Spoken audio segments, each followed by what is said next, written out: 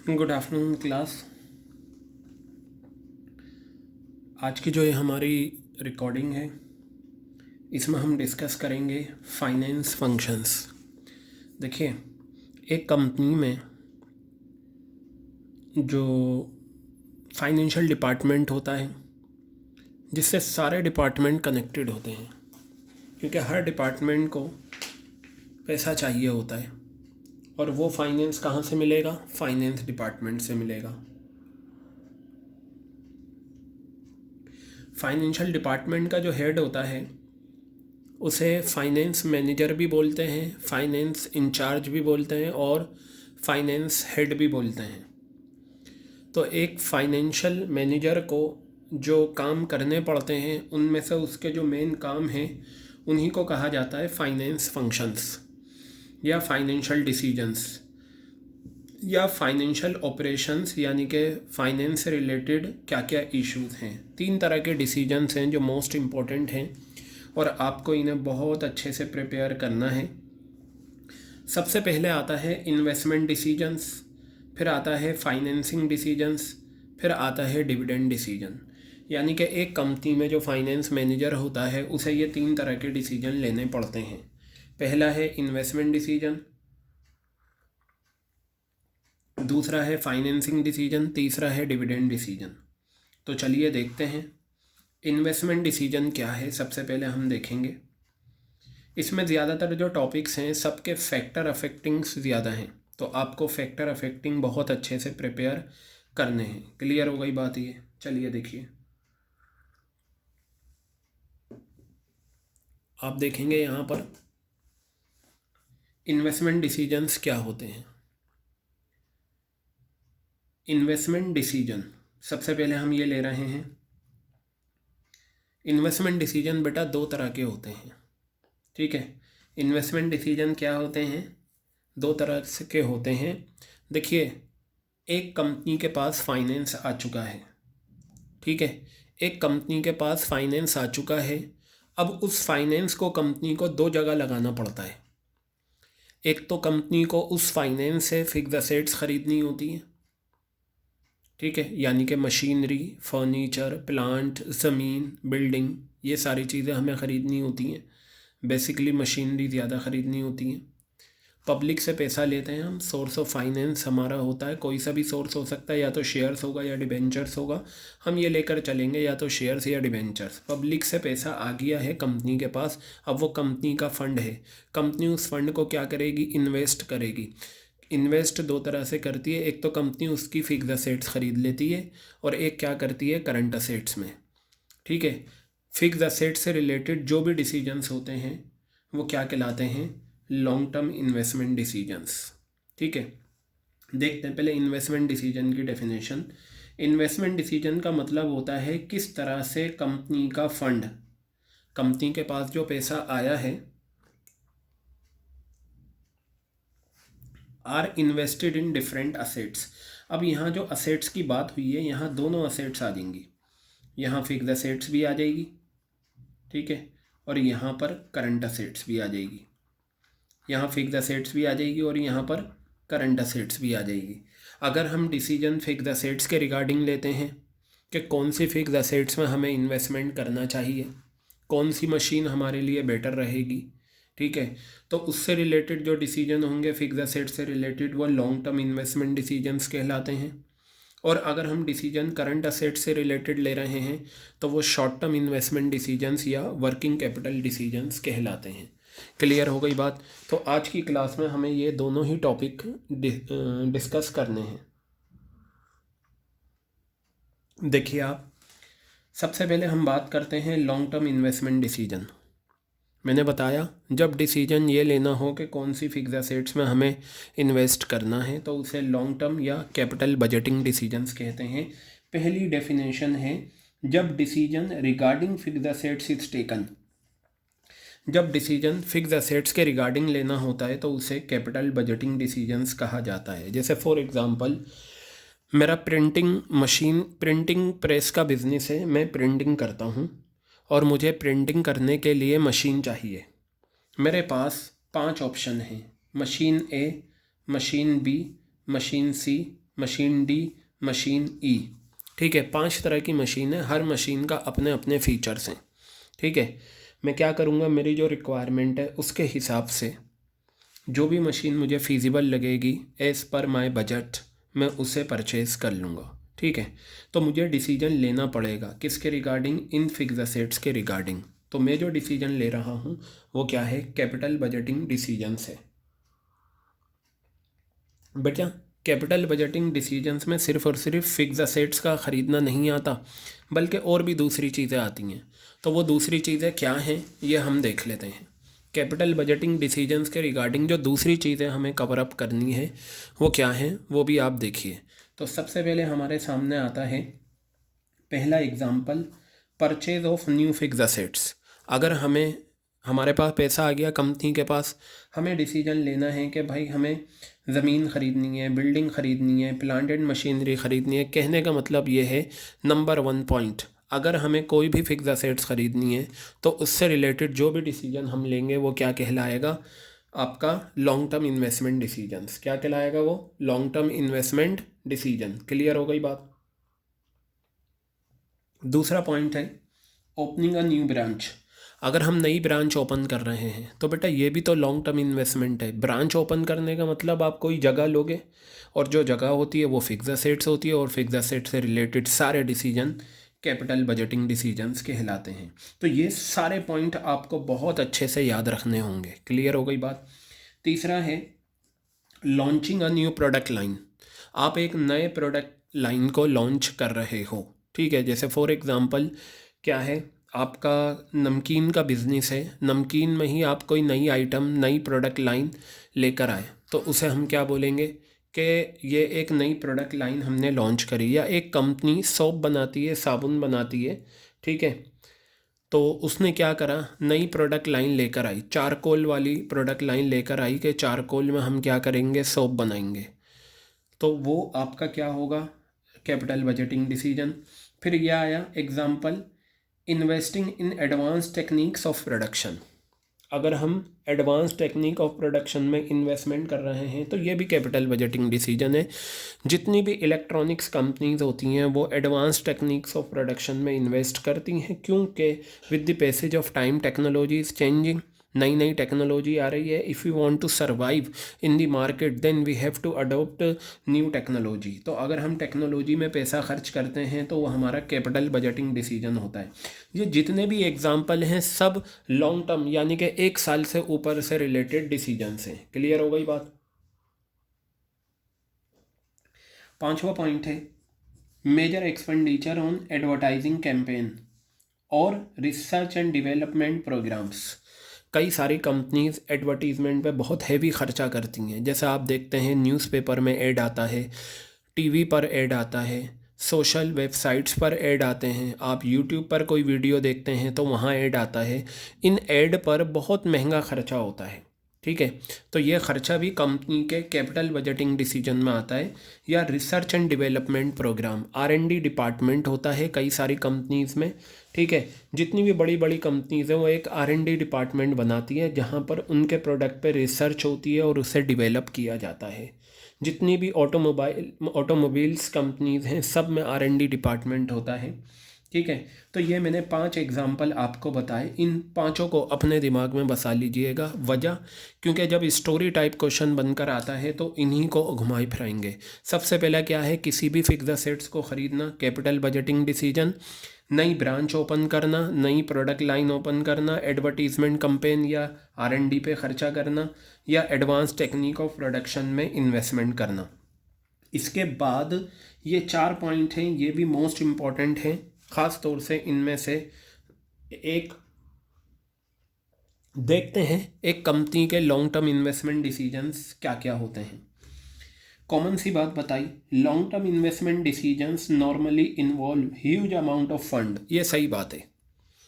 जो long term investment decision है, अब आप मुझे ये बताइए, चाहे आप फिक्स्ड असेट्स ख़रीदें, नई ब्रांच ख़रीदें, नई प्रोडक्ट लाइन लॉन्च करें, या एडवांस टेक्निक्स ऑफ प्रोडक्शन में इन्वेस्टमेंट करें, या एडवर्टीज़मेंट कैंपेन पे ख़र्चा करें, ठीक है, तो बताइए आपका ह्यूज अमाउंट ऑफ फंड लगेगा या नहीं लगेगा।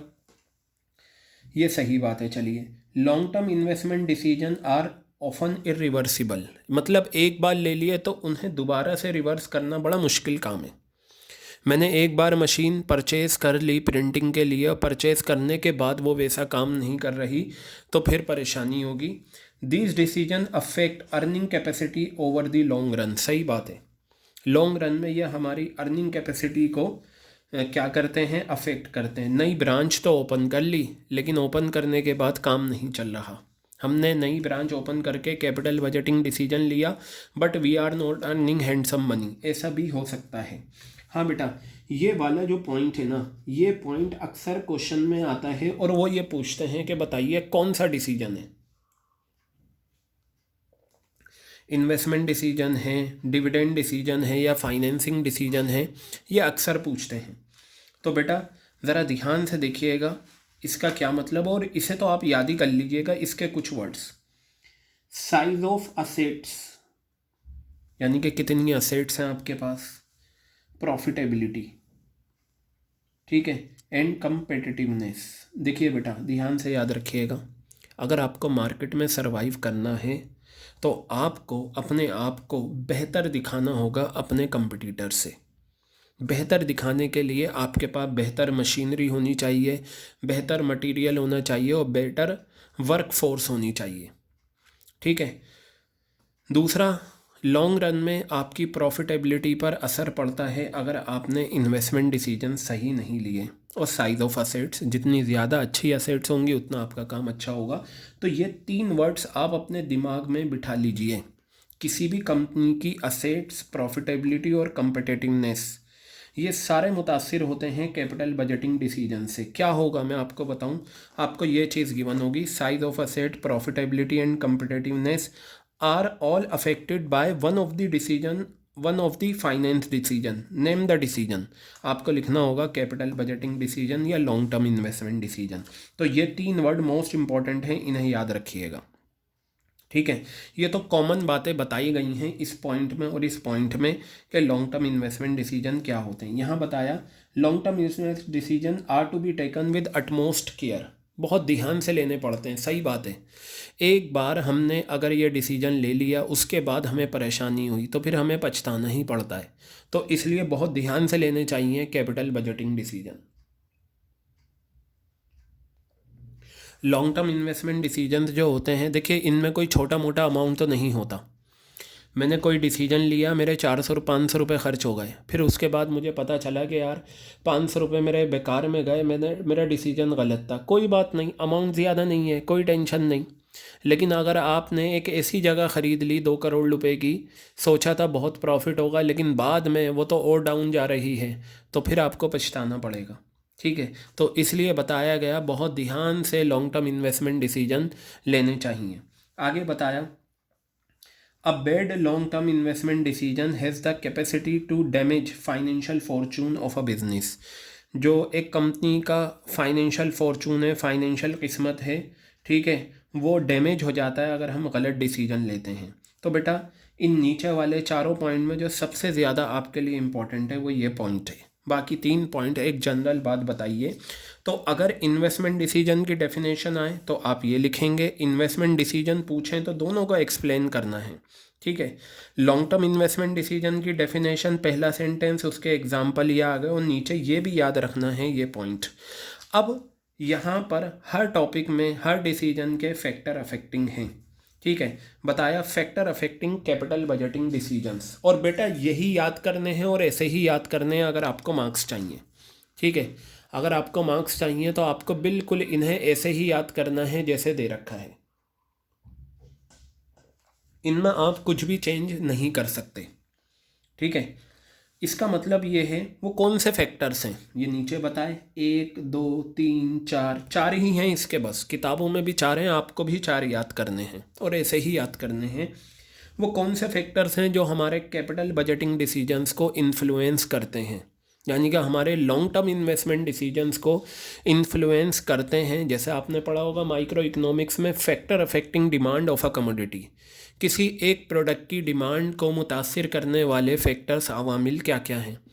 In the same fashion, you have to understand what are the factor which will affect capital budgeting decision. हम अपनी ज़िंदगी में जो लॉन्ग टर्म इन्वेस्टमेंट डिसीजंस लेते हैं, जैसे भाई हमें ज़मीन ख़रीदनी है, घर ख़रीदना है, मशीन ख़रीदनी है, फर्नीचर ख़रीदना है, ठीक है। जैसे मुझे अगर अपने घर के लिए वॉशिंग मशीन ख़रीदनी है तो ये मेरा लॉन्ग टर्म इन्वेस्टमेंट डिसीजन है। मुझे फ्रिज ख़रीदनी है, लॉन्ग टर्म इन्वेस्टमेंट डिसीजन है। And I have to take this decision with utmost care because this decision involve huge cost. Clear हो गई बात। अब आ जाइए, पहला फैक्टर जो है आपका कैपिटल बजटिंग डिसीजन का, वो क्या है? पहला फैक्टर है cash flow of the project. बेटा ये प्रोजेक्ट जो है ना, इसकी जगह आपको एक वर्ड और आएगा, प्रपोजल। या तो आप इसे प्रोजेक्ट कहें या आप इसे प्रपोजल कहें, दोनों का मीनिंग सेम है। क्लियर हो गई बात ये। जैसे मशीन ए मुझे ख़रीदनी है तो मशीन ए मेरा एक प्रपोज़ल है, मशीन बी मुझे ख़रीदूं, ये मशीन बी मेरा दूसरा प्रपोज़ल, मशीन सी मेरा तीसरा प्रपोज़ल, मशीन डी मेरा चौथा प्रपोज़ल। तो वही बात यहाँ पर बताई गई है। देखते हैं हम यहाँ पर। सबसे पहले capital budgeting decision is related with investment in long term assets. सही बात है। कैपिटल बजटिंग डिसीजंस जो होते हैं वो लॉन्ग टर्म इन्वेस्टमेंट में, लॉन्ग टर्म असेट्स में जो हम इन्वेस्टमेंट करते हैं उससे रिलेटेड होते हैं। दीज असेट्स, ये जो लॉन्ग टर्म असेट्स होती हैं जैसे फर्नीचर, मशीनरी, इनमें कैश आउटफ्लोज भी होता है और कैश इनफ्लोज भी होता है कई साल तक। क्लियर हो गई बात। ये चीज़ होती है। अब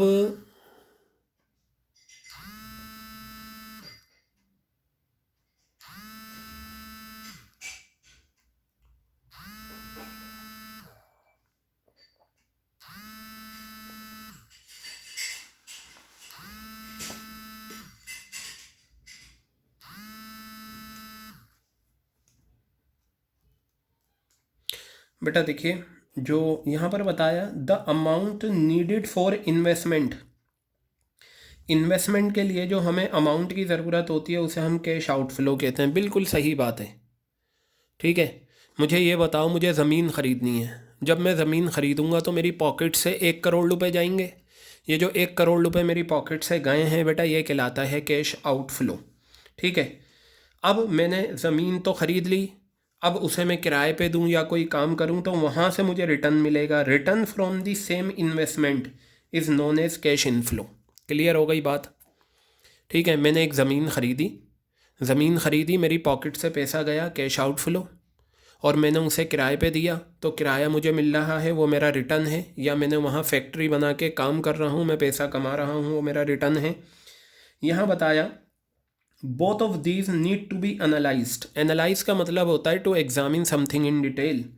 हमें जो हमारा इन्वेस्टमेंट है उसके कैश आउटफ्लो और कैश इनफ्लो दोनों को हमें क्या करना पड़ता है, एनालाइज करना पड़ता है बहुत ध्यान से इन्वेस्टमेंट को फाइनलाइज करने से पहले। यानी कि अगर हम किसी भी मशीन को ख़रीदना चाहते हैं या हम किसी जगह में पैसा इन्वेस्ट करना चाहते हैं या हम किसी कंपनी में पैसा लगाना चाहते हैं इन्वेस्टमेंट, तो बेटा हमें दोनों के इनफ्लोज और आउटफ्लो हर प्रोजेक्ट के देखने होते हैं। ठीक है, उसके बाद हम उस इन्वेस्टमेंट को फाइनल करना चाहिए। मैंने मान लो 50 लाख की मैं एक प्रिंटिंग मशीन ख़रीद रहा हूँ और मुझे वो अच्छा रिटर्न देगी तो मैं इसे ख़रीद लूँगा। लेकिन अगर वो मुझे अच्छा रिटर्न नहीं देगी तो मेरा आउटफ्लो तो ज़्यादा होगा, इनफ्लो कम होगा, मैं नुकसान में रहूँगा, इस वजह से मैं उसे नहीं ख़रीदूँगा। तो पहला, किसी भी प्रोजेक्ट का जो कैश फ्लो होता है वो इसमें बहुत बड़ा रोल अदा करता है। दूसरा, रेट ऑफ रिटर्न। रिटर्न का मतलब होता है बदले में क्या मिल रहा है। ठीक है, सबसे इम्पोर्टेंट क्राइटेरिया कई सारे प्रोजेक्ट्स की प्रॉफिटेबिलिटी को जानने का वो क्या है, उन पर रेट ऑफ रिटर्न। ठीक है बेटा, यहाँ जो प्रोजेक्ट की बात हो रही है ना, आप ये समझ लो ये 5 मशीनें, ये 5 प्रोजेक्ट हैं, ये 5 प्रपोजल हैं। जैसे फॉर एग्ज़ाम्पल, अगर प्रोजेक्ट ए आपको 10% रिटर्न दे रहा है और प्रोजेक्ट बी आपको 15% रिटर्न दे रहा है तो हम प्रोजेक्ट बी प्रेफर कर लेंगे। क्योंकि देखिए, मान लो प्रोजेक्ट ए था, जो प्रोजेक्ट ए है मशीन ए ख़रीदना और प्रोजेक्ट बी है मशीन बी ख़रीदना। अगर मैं मशीन ए ख़रीद लूँ तो मुझे 10% रिटर्न मिलेगा। और अगर मैं प्रोजेक्ट बी यानी कि मशीन बी खरीद लूँ तो मुझे 15% रिटर्न मिलेगा। तो बेटा मुझे फ़ायदा किस चीज़ में है, 15% में, तो मैं 15% परचेज़ कर लूँगा। यानी कि जब भी मैं लॉन्ग टर्म इन्वेस्टमेंट डिसीजन लूँगा या कैपिटल बजटिंग डिसीजन लूँगा तो मैं ये देखूँगा जिस जगह मैं पैसा लगा रहा हूँ मुझे वहाँ से रिटर्न क्या मिलेगा। जिस प्रोजेक्ट में ज़्यादा रिटर्न मिलेगा मैं उसे प्रेफर करूँगा। तीसरा है रिस्क इन्वॉल्व। मुझे देखना होगा इसमें मुझे कितना रिस्क है। With every investment proposal, her investment के साथ कुछ ना कुछ रिस्क जुड़ा हुआ होता है। जैसे मैं ज़मीन ख़रीद रहा हूँ, अगर मैं ज़मीन ऐसी जगह ख़रीद लूँ जहाँ पर वैल्यू इंक्रीज़ नहीं होगी तो ये रिस्क है, या वहाँ पर रजिस्ट्री नहीं है या और कोई प्रॉब्लम है। तो यहाँ बताया the company must try to calculate the risk involve in every proposal. हर प्रपोजल में, हर प्रोजेक्ट में जो रिस्क है उसे कैलकुलेट करें। रिस्क कैलकुलेट करने की बहुत सारी टेक्निक्स होती हैं जो आप 12th के बाद जब ग्रेजुएशन में आएंगे फाइनल ईयर में या सीए करेंगे तो वहाँ फाइनेंशियल मैनेजमेंट एक सब्जेक्ट होता है, उसमें वो टेक्निक्स पढ़ते हैं जिसमें कैपिटल बजटिंग टेक्निक्स बहुत इंपॉर्टेंट होती हैं। And should prefer the investment proposal with moderate degree of risk only. जिस प्रोजेक्ट में कम रिस्क होगा हम उसे, मॉडरेट होगा उसे हम प्रेफर कर लेंगे। फोर्थ पॉइंट है इन्वेस्टमेंट क्राइटेरिया। इन्वेस्टमेंट क्राइटेरिया क्या है बेटा, देखिए the decision to invest in a particular project involve a number of calculation regarding the amount of investment. किसी भी प्रोजेक्ट में, अब ये प्रोजेक्ट क्या है, मशीनें खरीदना, मशीन बी खरीदना, मशीन सी खरीदना, मशीन डी खरीदना, मशीन ई खरीदना। किसी भी प्रोजेक्ट में इन्वेस्टमेंट जब हम करते हैं तो हम बहुत सारी चीज़ें देखते हैं। कितना इन्वेस्टमेंट है, उस पर इनफ्लोज कितना है और उस पर रिटर्न कितना है। कई सारी टेक्निक्स होती हैं। देखिए बेटा ये सारी टेक्निक्स होती हैं जो आगे आपको पढ़नी होंगी, अभी नहीं, 12th में नहीं है, ग्रेजुएशन में। बस नाम याद रखना, नेट प्रेजेंट वैल्यू, ये एनपीवी कहलाती है। मोस्ट इंपॉर्टेंट टॉपिक होता है फाइनेंशियल मैनेजमेंट का, कैपिटल बजटिंग टेक्निक्स। ये होता है इंटरनल रेट ऑफ रिटर्न, ये आईआरआर कहलाता है। ये पेबैक पीरियड हो गया, आपको जानना नहीं है, बस आप इसे क्या याद रखें, नाम याद रखें। Net present value, internal rate of return, payback period, ये टेक्निक्स अप्लाई की जाती हैं हर प्रोजेक्ट में बिफोर सेलेक्टिंग अ पर्टिकुलर प्रोजेक्ट। हम इन टेक्निक से पता लगाते हैं, फिर उसके बाद हम देखते हैं कि हमें कौन सा इन्वेस्टमेंट प्रपोजल परचेज़ करना है। तो बेटा ये जो अभी हमने रिकॉर्डिंग करी इसमें हमने जाना long term investment decision, capital budgeting decision या लॉन्ग टर्म इन्वेस्टमेंट डिसीजन और उसके फैक्टर अफेक्टिंग। ठीक है, नेक्स्ट रिकॉर्डिंग में मैं करूँगा ये वर्किंग कैपिटल डिसीजन। पूरा ही टॉपिक इम्पॉर्टेंट है और आपको डिटेल में सारा ही करना है।